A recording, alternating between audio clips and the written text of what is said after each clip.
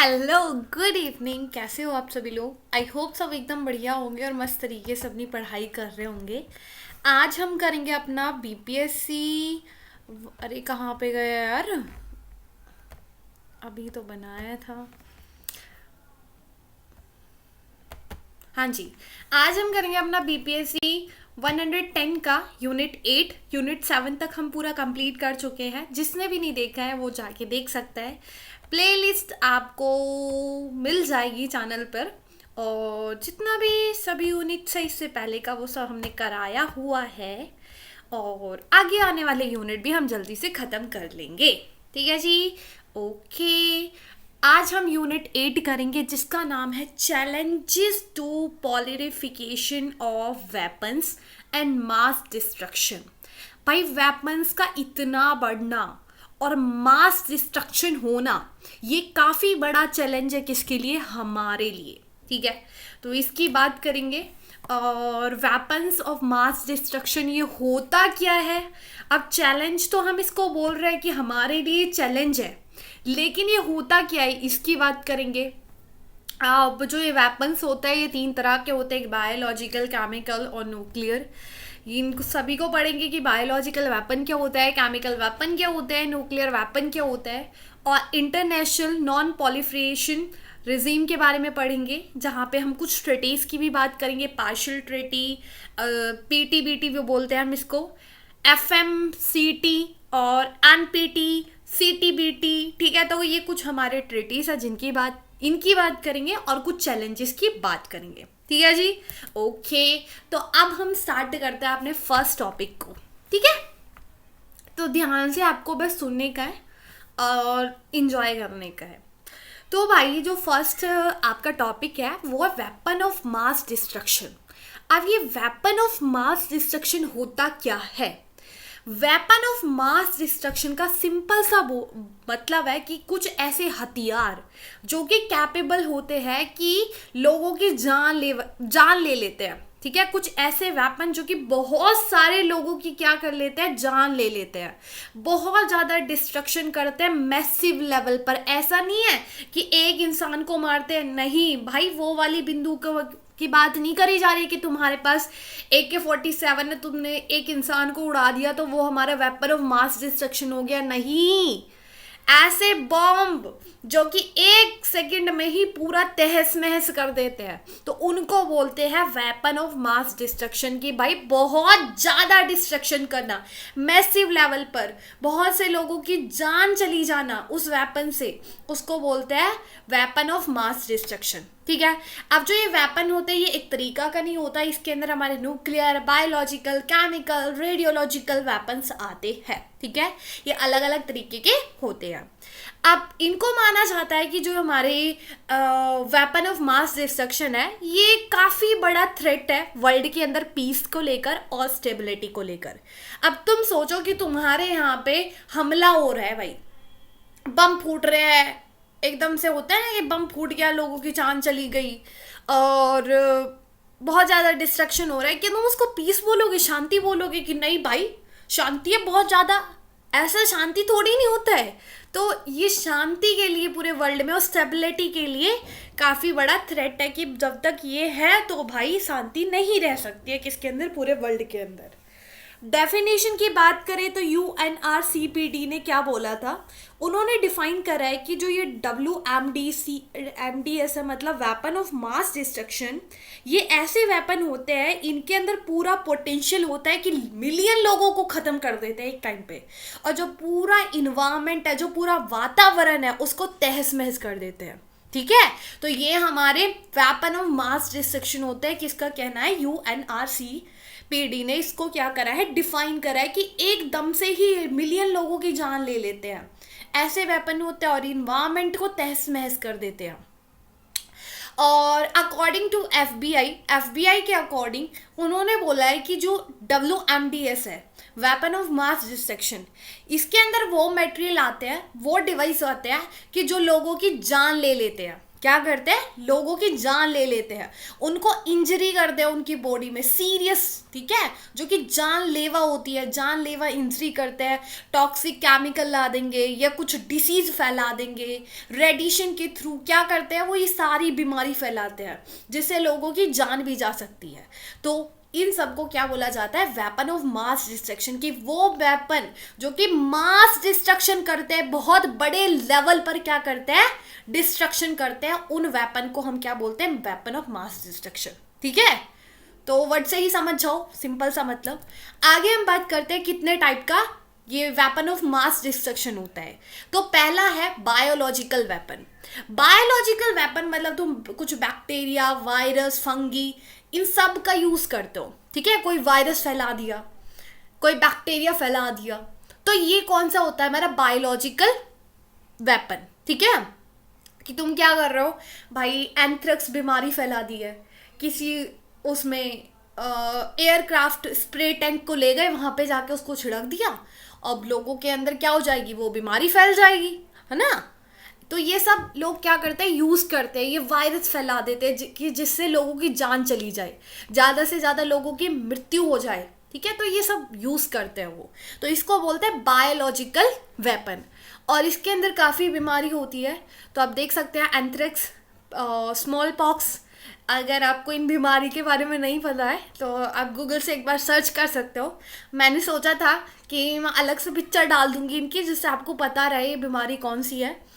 मैंने ट्राई करा पहली बीमारी का सर्च करके पिक्चर कॉपी करा, लेकिन जब मैंने दूसरी और तीसरी बीमारी के बारे में सर्च करा, रियली मेरे से देखा भी नहीं गया, तो मैंने उसे टाइम पे डिलीट कर दिया।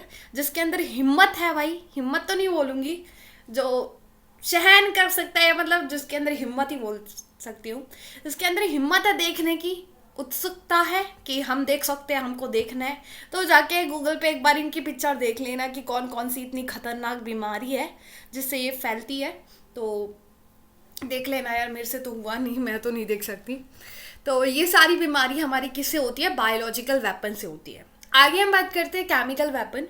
केमिकल वेपन वही ब्लड एजेंट और नर्व एजेंट, मतलब तुम केमिकल का यूज़ करते हो, ठीक है, साइट्रिक कंपाउंड, इन सब का यूज़ करते हो और लोगों की जान चली जाती है। भाई तुमने कोई जहरीली गैस छोड़ दी है ना, कोई जहरीली गैस है, जो एक कमरे में तुमने एक इंसान को बंद कर दिया है और जहरीली गैस छोड़ दी है, तो उससे क्या होगा, लोगों की, उस इंसान की जान चली जाएगी। अब कमरे में बंद करके इंसान की जान नहीं जाएगी, तुम नॉर्मली भी उस जहरीली गैस को पूरे उसके अंदर मतलब फैला दोगे, तो उससे भी क्या कर सकती है, जान जा सकती है लोगों की। एक सुनी भी होगी तुमने, वो कौन सा था, वो भोपाल ट्रेजेडी पढ़ा होगा, इन्वायरमेंट के अंदर मैंने पढ़ाया था आपको भोपाल ट्रेजेडी के बारे में। वहाँ पे देखा नहीं था कि कैसे वो गैस लीक हो जाती है, मिथेन थी आई थिंक, कौन सी थी मुझे याद नहीं आएगा, मिथेन ही थी शायद, वो गैस लीक हो गई थी। और एक बार देख लेना कौन सी गैस है, मैं कंफर्म नहीं हूँ। तो बहुत से लोगों की जान भी चली गई थी, और आज की जो वहाँ पे जनरेशन है उनके अंदर भी हमको उसका इम्पैक्ट दिखता है कि वो फिजिकली मतलब थोड़े से डिसेबल होते हैं उस गैस की वजह से। तो वही हमारा केमिकल वेपन के अंदर आता है, ठीक है। और ये जो केमिकल वेपन है, ये फर्स्ट वर्ल्ड वॉर में और सेकंड वर्ल्ड वॉर में बहुत ज़्यादा यूज़ किया गया था इसका। और इसको रेगुलेट करने के लिए आज के टाइम पे हमने जिनेवा प्रोटोकॉल और केमिकल वेपन कन्वेंशन बनाई है, जो कि इसको रेगुलेट करती है कि लोग ज़्यादा कम से कम केमिकल वेपन का यूज़ करें या फिर करें ही ना, ठीक है। तो ये इसकी रिस्पॉन्सिबिलिटी है।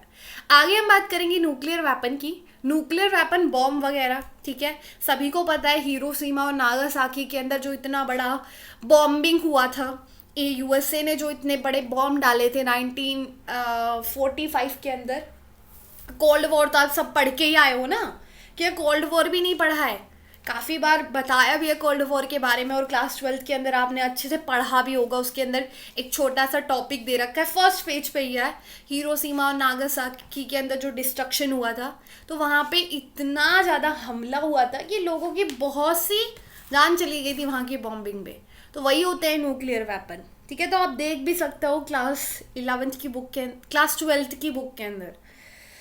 और डेट वगैरह तो क्या ही याद रखनी है, वैसे अप्रैल के टाइम पे अप्रैल में तो नहीं, शायद फरवरी और मई के अंदर हुआ था वो। नहीं, अप्रैल में ही हुआ था, हाँ हाँ, अप्रैल में हुआ था। तो देख लेना, ठीक है। और ये सारे वेपन, और अगर हम बात करें तो ग्लोबली आज के टाइम पर 14,500 न्यूक्लियर वेपन एग्जिस्ट करते हैं वर्ल्ड के अंदर। इतने सारे कंट्रीज है जो उनके पास इतने सारे वेपन है। और ये जो न्यूक्लियर वेपन होते हैं ये 1 सेकंड के अंदर पूरी डिस्ट्रिक्ट को उड़ा देते हैं। मतलब इतना ज़्यादा इम्पेक्ट होता है ना कि बहुत ज़्यादा एरिया को कवर करते हैं और एकदम से तहस से महस कर देते हैं ये। और 2000 न्यूक्लियर टेस्ट कंडक्ट करे जा चुके हैं अभी तक पूरे वर्ल्ड के अंदर। तो आप देख सकते हो कि कितना ज़्यादा हम इन सब का यूज़ कर रहे हैं। तो चैलेंज क्या है? चैलेंज ये है कि कोल्ड वॉर चला था। कोल्ड वॉर अभी बताया मैंने आपको 1945 से लेके और 1991 तक, जहाँ पे यूएसए और यूएसएसआर के बीच में एक आम रेस चल रही थी कि भाई देखो मैं सबसे ज़्यादा सुपर हूँ। यूएसए बोलता नहीं भाई मैं हूँ तेरे से आगे, यूएसएसआर बोलता नहीं मैं हूँ तेरे से आगे। तो दोनों के बीच में एक टसल चल रही थी, एक कॉम्पिटिशन चल रहा था कि मैं ऊपर हूँ, वो बोलता मैं ऊपर हूँ। तो उन्होंने इतने ज़्यादा वेपन बनाए थे, इतने ज़्यादा वेपन बनाए थे, बहुत ज़्यादा स्टॉक उन्होंने अपने पास रखा था वेपन ऑफ मास डिस्ट्रक्शन का, ठीक है। और कोल्ड वॉर तो कोल्ड वॉर छोड़ो, कोल्ड वॉर के बाद भी आज भी बहुत सी कंट्रीज है, ठीक है, बहुत सी ऐसी स्टेट्स है जो उनके पास हमको ये सारे वेपन मिलते हैं और वो इस चीज़ का गलत यूज़ करते हैं, टेररिज्म के अंदर यूज़ करते हैं, टेररिस्ट अटैक करने के लिए, टेररिस्ट जो ग्रुप है वो रखते हैं ये सारी चीज़ें, ठीक है। तो ये काफ़ी बड़ा कंसर्न है हमारे लिए। और इसको प्रोटेक्ट करने के लिए हम क्या कर सकते हैं? डिसआर्मेंट कर सकते हैं कि भाई देखो तुम रखो ही मत ये सारे आर्म्स, वेपन रखने की क्या ज़रूरत है, अपने मुंह से बात करो, भगवान ने मुंह दिया है यार तुम लोगों को, सीधे हाथ चलते हैं तुम्हारे। आगे हम देखते हैं इंटरनेशनल नॉन पॉलीफ्रेशन रिजीम के बारे में। तो इंटरनेशनल जो नॉन पॉलीफ्रेशन रिजीम है इसके बारे में अगर हम बात करें तो यूएन के इनिशिएटिव्स है। पहला तो यूएन, ये मैंने हाईलाइट नहीं करा इसके अंदर, ये भूल कैसे गई मैं। तो यूनाइटेड नेशन जो कि एलिमिनेट करते हैं जितनी भी कैटेगरी, ऑल कैटेगरीज को, ठीक है। डब्ल्यू मतलब जो भी हमारी वेपन ऑफ मास डिस्ट्रक्शन है इसका। तो फर्स्ट कमेटी जो जनरल असेंबली की हुई थी वो हुई थी 1949 के अंदर, जहाँ पर डील किया जाता है डिसआर्मेंट, ग्लोबल जितने भी चैलेंजेस हैं उनके बारे में, ठीक है। डील किया जाता है कि कैसे हम ज़्यादा से कम इन वेपन का मतलब ज़्यादा से ज़्यादा डिसआर्म कर सकते हैं, वेपन का हम यूज़ जो है वो कम करा सकते हैं। कंट्रीज से बोले कि भाई बहुत हो गई तुम्हारी आर्म रेस, थोड़ा रुक जाओ, यूएसए और यूएसएसआर थोड़ा तो रुक जाओ, ठीक है। तो ये इसकी बात करते हैं। और मल्टीलेटरल ट्रीटी भी हुई है अभी तक, तो ये यूएन का इनिशिएटिव है। मल्टीलेटरल ट्रीटी अगर हम देखें तो पीटीबीटी, सीटीबीटी, आगे हम इनकी बात करेंगे। तो ये काफ़ी हमारी ट्रीटी साइन हुई है जिसमें बात करी जाती है मास, किसकी? वेपन ऑफ मास डिस्ट्रक्शन को कम करने की। ओके, तो हम देखते हैं कि कौन कौन सी है। और अभी तक जो ट्रीटी करी गई है वो ये है केमिकल वेपन कन्वेंशन, जो कि केमिकल वेपन को कम करने की बातें करती है, कम तो क्या वो ख़त्म करने की बात करते हैं। जिनेवा प्रोटोकॉल जो कि काफ़ी फेमस है, ये भी केमिकल वेपन के ऊपर बोलती है कि देखो भाई इनका यूज़ नहीं करने का है, कम से कम कंट्रीज़ बहुत कम यूज़ करें। और ये बायोलॉजिकल वेपन की भी बात करती है कि इनका भी कम यूज़ हो। बायोलॉजिकल वेपन कन्वेंशन ये हुई थी बायोलॉजिकल वेपन के लिए कि भाई इतने लोगों की जान जाती है, मत यूज़ करो तुम इन वेपन को। तो इतनी सारी ट्रीटीज़ अब तक हुई है, तो आप एक बार पढ़ लेना कि कौन कौन सी ट्रीटीज़ किस किस के ऊपर हुई है, ठीक है। आगे हम बात करते हैं पार्शियल टेस्ट बैन ट्रीटी। तो ये हुई थी हमारी, ये साइन हुई थी कब? 1963 के अंदर मोरक्को के अंदर। यहाँ पे यूएसए और यूएसएसआर और यूके बैठ के आपस में क्या करते हैं? ट्रीटी साइन करते हैं। और आपको याद होगा क्यूबन मिसाइल क्राइसिस, नहीं याद तो फिर क्यों ही मैं आपको रिलेट कराऊँ। तो यहाँ पे ये साइन होता है कि इसके बीच में यूएसए यूएसएसआर के बीच में, जहाँ पे बोला जाता है कि देखो भाई अब हम न्यूक्लियर वेपन टेस्ट नहीं करेंगे, नहीं करने का बिल्कुल, बहुत ज़्यादा इन्वायरमेंट को हार्म होता है, बहुत से लोगों की जान जाती है, बहुत ज़्यादा डर बना रहता है, तो ये नहीं करने का, ठीक है, तो इस ट्रेटी के अंदर ये बोला जाता है। आगे होती है FMCT, जिसको हम फिसल मटेरियल कट ऑफ ट्रेटी भी बोलते हैं। ये जो ट्रेटी है, जो ये एग्रीमेंट है, इसके अंदर बोला जाता है कि जितने भी न्यूक्लियर वेपन कंपोनेंट्स है उनका जो प्रोडक्शन हो रहा है ना, जितनी जो कंट्रीज न्यूक्लियर वेपन बना रही है ये नहीं करेंगी, इसको प्रोहिबिटेट किया जाता है, बंद किया जाता है कि अब नहीं होना चाहिए। ठीक है, और जो ये प्रोग्रेस बढ़ रही है इसकी मतलब वेपन्स बनने की, इसको कम करना है। और UN के कॉन्फ्रेंस के अंदर भी डिसआर्मेंट की बात करी जाती है। आगे हम देखते हैं कि नॉन पॉलिफरेशन ट्रेटी, इसकी हम आगे बात करते हैं। ये रहा पूरा मैंने इसमें लिखा हुआ है। तो नॉन पॉलिफरेशन ट्रेटी जो कि हमारी कब साइन हुई थी, 1968 के अंदर साइन करी गई थी। ये फोर्स में 1970 में लेकर आई जाती है। इसकी जो प्रेजेंटली अगर हम मेंबर की बात करें, 191 इस मेंबर स्टेट है इसका, जिसमें इंडिया इसका पार्ट नहीं है। इंडिया ने मना करके रखा है कि मैं इसका पार्ट नहीं हूँ। ठीक है, इंडिया इसका मेंबर नहीं है, ये आपको बात याद रखनी है कि नॉन NPT का इंडिया पार्ट नहीं है। और इसका ऑब्जेक्टिव ये है कि कम करना, कि इसको न्यूक्लियर वेपन का बढ़ावे को कम करना, जितने भी न्यूक्लियर टेक्नोलॉजीज है, जितने वेपन्स है, उन सबको कम करना, पीसफुल बना के रखना। न्यूक्लियर एनर्जी का तुम यूज़ करो लेकिन न्यूक्लियर वेपन का यूज़ मत करो। ठीक है, तो ये इसका काम है। ये बोलता है कि देखो भाई, तुमको नहीं करने का अब, मतलब न्यूक्लियर वेपन वगैरह नहीं बनाने का। और भी और क्या बोला जाता है, और हम इसकी बात करें, इसके अंदर ये भी बोला गया था कि जो USA है, UK है, फ्रांस है, रशिया है, चाइना, ये इस ट्रेटी को साइन करे थे। और इसमें बोला जाता है कि जितनी भी कंट्रीज है जिन्होंने 1967 से पहले जितना भी उन्होंने वेपन वगैरह बना लिया है, जितना भी उन्होंने टेक्स्ट वगैरह कर लिया है, ठीक है, लेकिन अब कोई भी कंट्री न्यूक्लियर वेपन नहीं बनाएगी।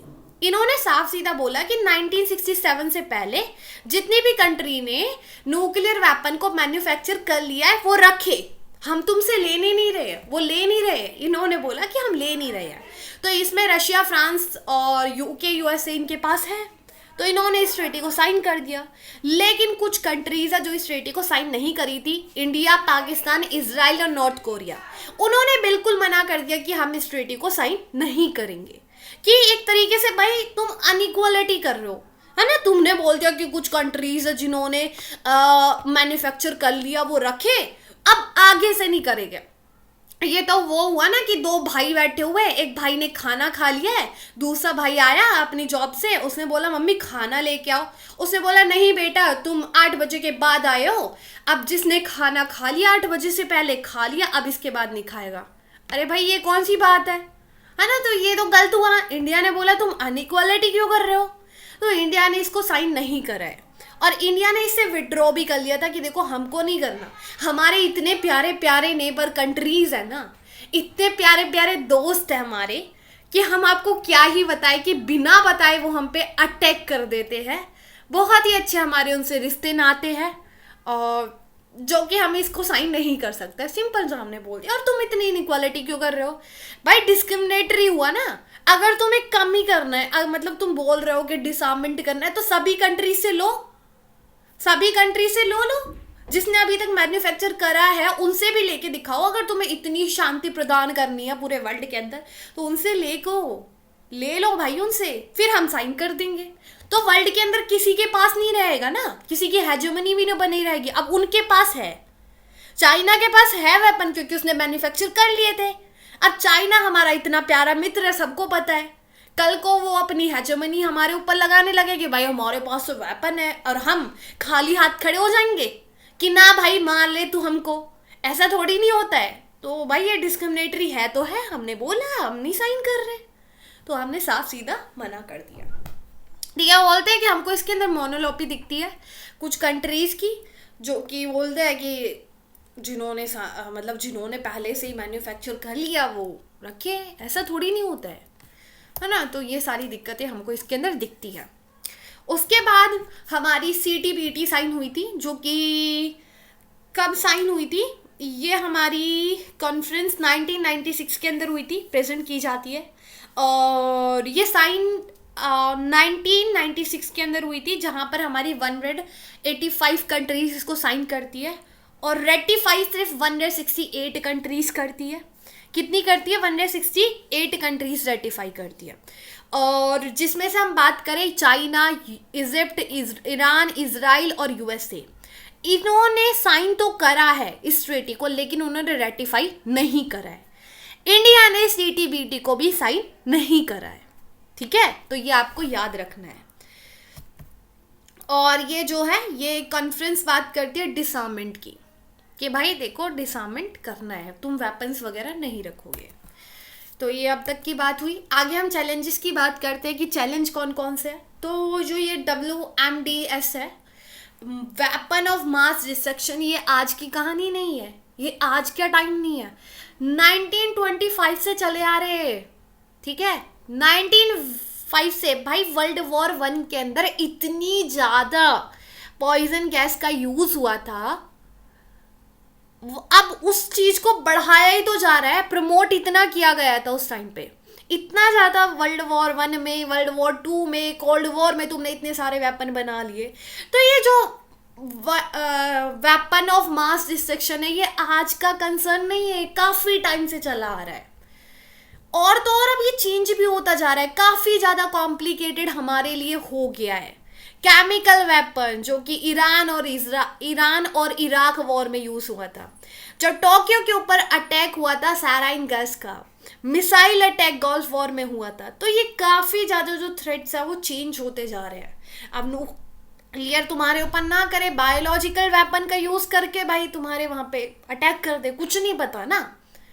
अब जो इसका स्प्रेड जो इतना बढ़ रहा है ना, उसको प्रिवेंट करने की बहुत ज़्यादा ज़रूरत है, हमको प्रिवेंट करना पड़ेगा। ठीक है, जो ये प्रेडिक्शन हो रहा है ना, लोग इतना ज़्यादा वेपन को बनाए जा रहे हैं, इसको भाई रोकने की बहुत ज़्यादा ज़रूरत है। ऐसा लॉ लेके आओ, लॉ ही क्या उसको भाई इम्प्लीमेंट भी करो, इन्फोर्स भी करो। चैलेंजेस इन इम्प्लीमेंट, अब तुम चैलेंज इम्प्लीमेंट करने की बात कर रहे हो तो इतनी सारी एनटीपीटी हुई है और एजेंसी भी है इंटरनेशनल एटॉमिक एनर्जी, और तुमने इतनी सारी ट्रीटी साइन करी है, भाई करते हैं सब, लेकिन इम्प्लीमेंट होता हमको कुछ नहीं दिख रहा है। और एनपीटी के अंदर तो मैंने आपको कहानी तो बता ही दी, जो कि डिस्क्रिमिनेटरी हमको दिखी। अगर नॉन डिस्क्रिमिनेटरी होती तो हम भी साइन करते, है ना, तो हम भी साइन करते भाई, सिंपल सा। इंडिया क्रिटिसाइज करता है, बोलता है कि भाई तुम कुछ स्टेट के जो न्यूक्लियर स्टेट है उनको तुम फेवर कर रहे हो, और जो नॉन न्यूक्लियर स्टेट है उनको अलग से वो बोल दिया गया है कि तुम बनाओगे भी नहीं, अब कर भी नहीं सकते, मतलब कुछ कर ही नहीं सकते, उनके पास है तो मजे ले। भाई ऐसे थोड़ी नहीं होता है, वो कल उसका मिसयूज करेंगे, तुम आगे बचाओगे हमको, है ना। तो ये तो डिस्क्रिमिनेटरी हो गया, अनफेयर हो गया। और काफ़ी हिडन एक्टिविटीज़ होने लगी है, इराक, नॉर्थ कोरिया, ईरान, यहाँ पे हमको सीक्रेट प्रोग्राम चलते हुए दिखते हैं। ठीक है, वेपन एक्टिविटीज़ करते हैं, छुप छुप के करते हैं बहुत सारी कंट्रीज़ के अंदर, ये नहीं सामने करते हैं। लैक ऑफ ग्लोबल लॉ, भाई कोई ऐसा कानून नहीं है, कंट्रीज़ के अंदर कानून नहीं है भाई, कोई इन्फोर्स नहीं करता, कानून है तो फिर उसको इन्फोर्स कोई नहीं करता। तो कंट्रीज़ को बहुत ज़्यादा ज़रूरी है आपस में आए और मिलके लॉ बनाए और स्ट्रिक्टली उसको फॉलो करे। और पॉलिटिकल विल भी हमको नहीं दिखती है, हमने ट्रीटी साइन कर ली लेकिन होता हुआ हमको बहुत कम दिखता है। पॉलिटिकल सपोर्ट बहुत कम मिलता है। ठीक, बहुत ज़रूरत है कि भाई पॉलिटिकल सपोर्ट मिले, स्ट्रॉन्ग लॉ बनाया जाए, तभी जाके कुछ हो सकता है, वरना ये बढ़ता ही रहेगा और इतने सारे लोगों की जान जाती रहेगी। इंडिया के अंदर भी आप देख सकते हो कि कितने ज़्यादा टेररिस्ट अटैक हुए हैं, है ना। तो ये सब इसी के अंदर आता है। यूएन का रोल देखे तो यूएन भाई एक्टिवली ट्राई करता है कि कुछ रूल सेटअप किए जाए सभी कंट्रीज़ के लिए, जो उसे फॉलो करे और वो कम से कम इसके स्प्रेड को कम करे, कि जो ये वेपन ऑफ मास डिस्ट्रक्शन का जो इतना स्प्रेड हो रहा है उसको कम किया जाए। लेकिन वही है यार, कौन सुनता है यूएन की। धन्यवाद तो आपका इतना ज़्यादा सहयोग के लिए। ठीक है जी, और यहीं पे हमारा पूरा चैप्टर ख़त्म होता है। मेनली आपको ट्रीटीज़ के बारे में पढ़ाया गया है, ये एनपीटी और सीटीबीटी आपने कोल्ड वॉर के अंदर भी पढ़ा होगा, ऐसा कुछ नया नहीं था कि कुछ नया ही आपको पढ़ने के लिए मिला है। तो वैसे एक बार आपको पीडीएफ पढ़ने का है और खुद से नोट बनाने का ट्राई करो कि शॉर्ट नोट बनाओ और बस, और पेपर करके आने का है और अच्छे मार्क्स लेकर आने का है।